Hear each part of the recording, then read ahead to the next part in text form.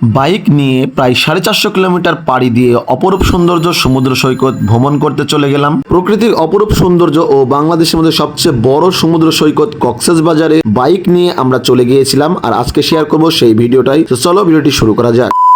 So guys, এই আমাদের bag আর ট্যুরের জন্য আমরা রেডি। So let's go.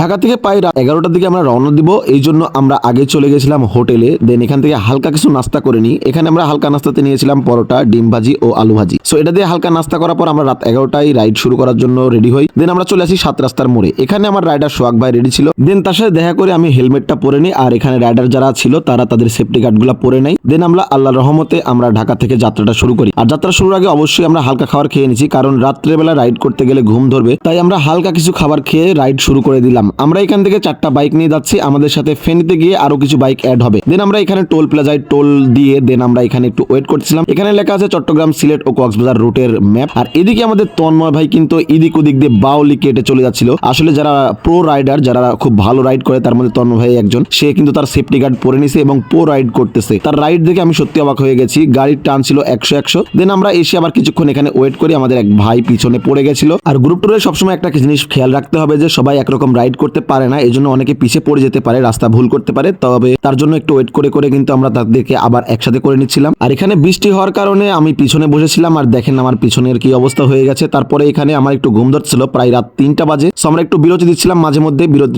দিয়ে চা খাচ্ছিলাম, কেননা রাইডারদের থেকে আমার বেশি ঘুম আসতেছিল। আমি একটু ব্যাড এক্সপিরিয়েন্স শেয়ার করি আপনাদের সাথে। আমি এই ট্যুরটা নিয়ে খুব এক্সাইটেড ছিলাম, বাট ভাই একটু ট্যুরের জার্নি শুরু করার পরে আমি বুঝতে পেরেছি আসলে বাইক ট্যুর এত সহজ না। রাত 11টার সময় রওনা দিয়েছি, রাত 3টার মধ্যে আমার প্রচন্ড ঘুম চলে আসে। বাট আমার রাইডারটা খুবই ভালো ছিল, এই জন্য ভাই আমাকে কিছুক্ষণ পর পর দাঁড় করিয়ে চা খাওয়াচ্ছিল এবং নিজেরাও চাটা খাচ্ছিল এবং আমাকে সাবধান করছিল, ইমরুল ঘুমিয়ে যেও না ভাই, ঘুমিয়ে যেও না। রাত বাজে 4:40 মাত্র। সো আমরা কক্সবাজার পৌঁছাবো হচ্ছে সকাল 10টায়। ততক্ষণ অপেক্ষা করুন এই ব্লগটি দেখার জন্য।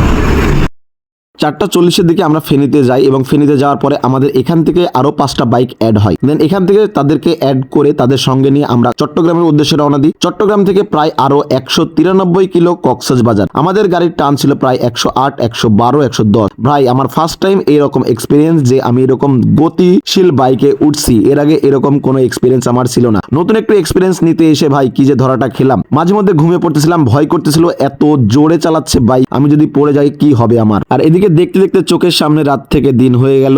অপরূপ সৌন্দর্য সকালের মুহূর্তটা, সকালের বাতাস থেকে অনেক ভালো লাগতেছিল আমার। সো রাইড করতে করতে আমরা এখানে চলে আসলাম আমাদের গাড়িগুলাকে খাওয়াইতে। আর কি গাড়ির তেল শেষ হয়ে গেছে। আমরা এই মুহূর্তে চট্টগ্রামের একটু সামনে আছি, কিছুক্ষণের মধ্যে চট্টগ্রামে প্রবেশ করব। সো আমরা বাইকগুলোতে তেল ভরে নিচ্ছিলাম, দেন নিয়ে আবার রাইড শুরু করে দিলাম। যারা বাইক রাইড করতে পছন্দ করো এবং যারা ঘুরতে পছন্দ করো তারা অবশ্যই কমেন্ট করে জানাবে ভিডিওটা কেমন লেগেছে। আমি আমার এক্সপিরিয়েন্স গুলো শেয়ার করছি এই ভিডিওর মাধ্যমে। এখনকার 90% ছেলেরা কিন্তু বাইক লাভার হয়, আর বাইক লাভার সাথে যদি ট্যুর হয় তাহলে তো জমেই গেল। আর অবশ্যই ট্যুর দেওয়ার সময় খেয়াল রাখতে হবে ডিস্টেন্সটা। আমি প্রায় 450 কিলোমিটার দূরত্বে এই বাইক জার্নিটা করতেছি। সবাই মাথায় রাখবেন যে দূরত্বের জার্নিটা কিন্তু অনেক কষ্টের হয়। দেন আমরা এর মধ্যে চলে আসি চট্টগ্রাম। দেন এখানে এসে সকালের নাস্তাটা শেষ করে দিই। সকালের নাস্তা ডিম, পরোটা ও চানার ডাল দিয়ে করে ফেলি। দেন আমরা আবার রাইড শুরু করি। রাইড শুরু করে ফাইনালি চলে আসি আমরা কক্সবাজারের মেন এক্সিট পয়েন্টটাতে। দেন এখানে এসে একটু ফটোশুট করে নিই, কারণ এখানে লেখা আছে ওয়েলকাম কক্সবাজার। সো এখানে এসে আমি একটু ভিডিও করে নিচ্ছিলাম আপনাদের জন্য। দেন আমরা আবার রওনা দিই। রওনা দেওয়ার পরে চলে আসি ডলফিন মোড়ে। সো গাইস ফাইনালি চলে আসলাম কক্সবাজার। আর নেক্সট ভিডিওতে থাকছে সমুদ্র সৈকত এবং মেরিন ড্রাইভ ও